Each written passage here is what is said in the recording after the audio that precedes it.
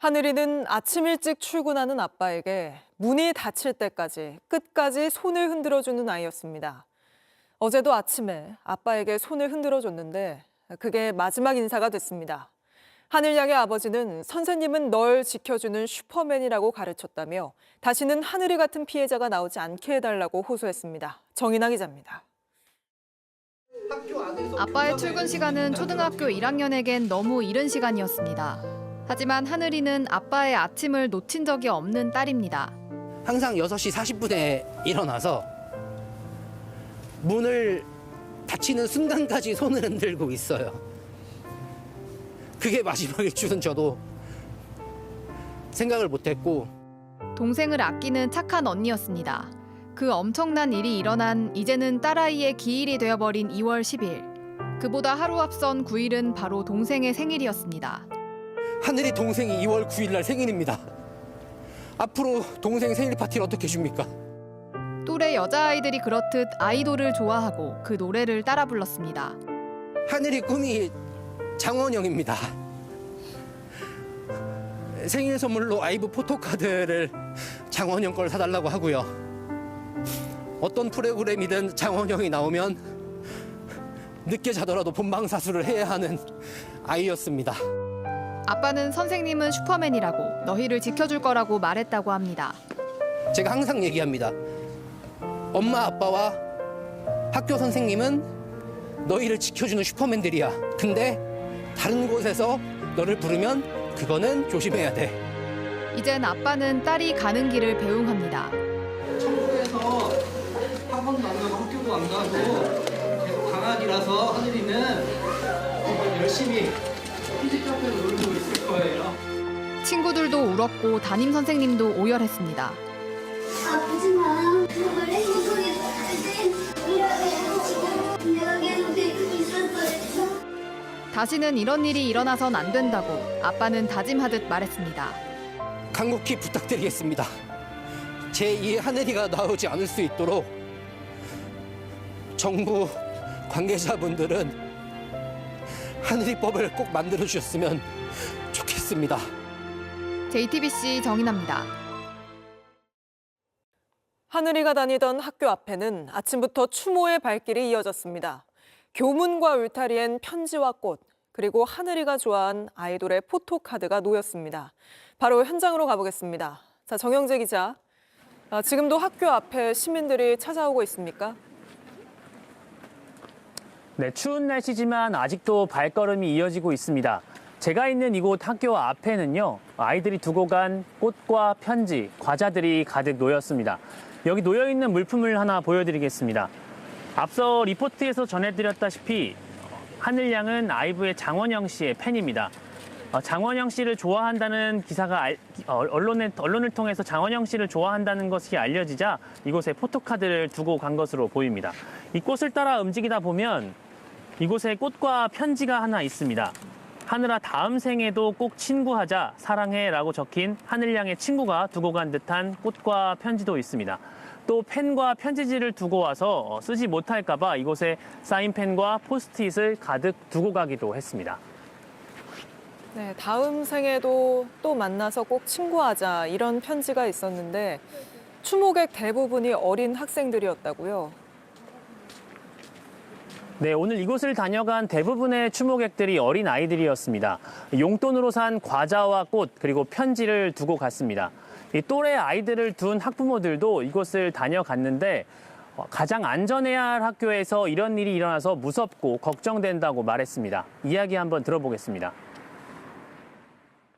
선생님 말씀 잘 들어라 이렇게 얘기를 해주고 있는데 막상 학교에서 이런 일이 벌어져서 좀 너무 속상해요. 아우 가슴이 철렁 내려앉았죠. 네, 너무 처음에는 저도 너무 말이 안 나오고 기가 막힌 또 분노도 치밀어 오르고. 네, 어린 학생들, 특히 같은 학교에 다니고 있는 학생들의 충격이 상당할 텐데요. 심리치료 같은 대책이 나온 건 있습니까? 네, 오늘 이곳에서 취재를 하던 중에 가해교사가 한때 담임이었다는 한 고학년 학생을 우연히 만났습니다. 이 학생도 큰 충격을 받은 듯 했는데요. 주거단지가 밀집돼 있고 오늘 임시 휴업이다 보니 이 주변에 있는 학생들뿐만 아니라 학교를 다니는 학생들 모두 무슨 일이 있었는지 알고 있었을 겁니다. 교육청도 그러다 보니까 교사와 학생들의 이 심리 상담 치료를 서두르고 있습니다. 3월 새 학기가 시작되기까지 얼마 남지 않았기 때문입니다. 또 아직 정해진 건 아니지만 이 학생들을 주변 학교로 나눠서 수업을 듣게 하는 방법도 검토하고 있습니다. 지금까지 JTBC 정영재입니다. 네, 다음 소식입니다. 오늘 탄핵 심판에서도 윤 대통령의 궤변이 이어졌습니다. 계엄군이 오히려 시민에게 폭행당하는 상황이 있었다고 주장했습니다. 야당 탓에 이어서 내란 사태를 막기 위해 나섰던 시민들 탓까지 한 겁니다. 먼저 박병현 기자입니다. 윤석열 대통령은 오늘도 비상계엄이 헌법상 대통령 권한이라며 위헌 위법하지 않다고 주장했습니다. 군인이 국민을 공격하거나 억압한 사실도 없다면서 오히려 경비 질서 유지를 하러 간 군인이 시민에게 폭행당하는 상황이었다고 했습니다. 계엄 선포 직후 자발적으로 국회 앞에 모여 계엄군의 국회 진입을 막은 시민들을 폭행 가해자로 둔갑시킨 겁니다. 민주당의 탄핵과 일방적인 예산 처리가 계엄의 이유란 점도 강조했습니다. 현대사에서 볼 수 없는 이런 줄탄핵이라고 하는 것은 이거는 대단히 악의적인 거고 이거는 대화 타협을 하겠다는 것이 아니라 11월 기자회견에서처럼 국회에 나와도 대통령에게 박수도 한번 안 쳐준다는 말도 또 했습니다. 제가 국회 예산안 기조연설을 하러 가면 아무리 미워도 그래도 얘기 듣고 박수 한번 쳐주는 것이 대화와 타협의 기본인데 대통령 퇴진 이 시위를 하면서 12.3 내란 사태 관련자들이 검찰에서 진술한 조서를 증거로 채택하면 안 된다고 반발도 했습니다. 홍장원이나 다른 관계자들 우리가 여기서 직접 심판정에서 증인신문을 해봤습니다마는 그들의 그 조서에 기재되어 있는 내용하고 우리가 실제로 여기서 증언을 들은 거하고 너무나 거리가 많이 벌어진 것을 많은 사람들이 아마 느꼈을 것으로 생각하고 대통령 지시사항과 정치인 체포 지시 등이 담긴 조서가 탄핵 심판의 증거로 채택되면 불리해질 것을 우려한 겁니다. JTBC 박병현입니다. 국민의힘은 부정선거를 주장하는 건 아니라면서도 부실 선거는 맞지 않냐며 선관위를 공격하고 있습니다. 또 대놓고 부정선거를 주장하는 의원이 있어도 제지하지 않고 있습니다. 황예린 기자입니다. 국민의힘 지도부는 부정선거 가능성에 선을 그어왔습니다. 대신 선거 관리가 부실한 건 맞다는 주장을 연이어 내보내고 있습니다. 저는 부정선거는 도감하기 어렵습니다. 그러나 부정선거와 부정관리 이거는 좀 다르다고 저는 생각을 합니다. 선거관리 문제는 철두철미하게 해줘야. 선관위의 채용 부정을 거론하며 선관위 자체의 신뢰성에 의문을 표하는 목소리도 나왔습니다. 선관위가 깨끗하지 못하다고 부정선거가 자행되었다고 단정하는 것은 비약일 수 있습니다. 그러나 선거관리에 한 점의 의혹도 없으니 선관위를 믿고 따르라는 주장도 성립할 수 없습니다. 권영세 비대위원장은 아예 사전투표를 없애는 걸 검토하자고도 했습니다. 국민들이 그런 어떤 의구심을 갖지 않도록 현재 투표 절차라든지 투표 방법이라든지 투표 제도를 한번 들여다볼 필요는 있지 않겠냐. 그거는 사전투표는 재고할 필요가 좀 있다고 저도 생각을 합니다. 본투표까지 생기는 정보 격차를 문제 삼은 걸로 여당은 부정선거와는 다른 사안이라는 입장입니다. 사전투표와 본투표 이거는 시간적 간격이 길어서 그 사이에 후보자의 신상이라든가 도덕성이라든가 이런 새로운 사실이 발견되는 등 사정 변경이 있을 경우에 표심이 왜곡되는 것이 아니냐. 하지만 이 사전투표 폐지로는 부정선거가 있다고 하는 이들이 내세워온 주장입니다.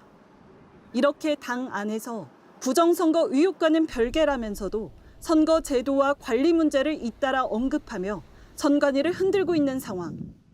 여론에 휩쓸리지 않도록 관리해야 할 당 지도부가 부정선거 의혹 여론에 편승한 것 아니냐는 비판이 나옵니다. 국민의힘 한 재선 의원은 부정선거 음모론과 선을 긋지 않으면서 어떻게 선거로 이재명 심판하자는 말을 할 수 있겠냐며 지금의 행보는 전략적으로도 잘못됐다고 지적했습니다. JTBC 황예린입니다. 트럼프 대통령이 철강과 알루미늄에 대한 25% 추가 관세를 강행했습니다. 다음 달 12일부터인데 한국도 포함됐습니다. 다음 관세 추가 대상은 우리의 주력 수출 상품인 반도체와 자동차입니다. 워싱턴 정강현 특파원입니다. 트럼프 대통령이 철강과 알루미늄에 25% 추가 관세를 부과하는 행정명령에 서명합니다. This is the beginning of making America rich again. 예외나 면제는 없다고 강조했습니다. It's 25% without exceptions or exemptions, and that's all countries, no matter where it comes from, all countries. 우리나라는 지난해 기준 대미 철강 수출 4위 국가입니다.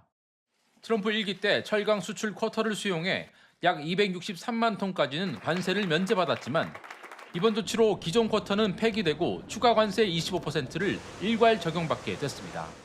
실제 백악관이 공개한 포고문에 따르면 추가 관세 발효 시점은 한 달 뒤인 3월 12일. 한국은 부과 대상국으로 명시됐습니다. 트럼프 대통령은 이틀 안으로 상호 관세도 부과할 거라고 못 박았습니다. You'll be hearing that word a lot, reciprocal. If they charge us, we charge them. We'll be doing reciprocal over the next, I would say 2 days, don't you think? 2 days, yeah, maybe. 그러면서 한국의 수출 주력 상품인 반도체와 자동차도 추가 관세를 고려 중이라고 밝혔습니다. We will be looking at chips and we will be looking at cars. 철강과 알루미늄에 대한 추가 관세는 실제 시행까지 한 달밖에 남지 않았습니다.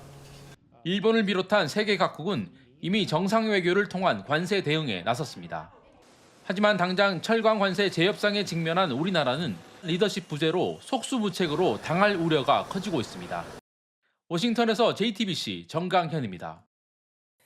JTBC 뉴스를 시청해 주셔서 고맙습니다. 저희는 저녁 6시 30분 뉴스룸에서 뵙겠습니다.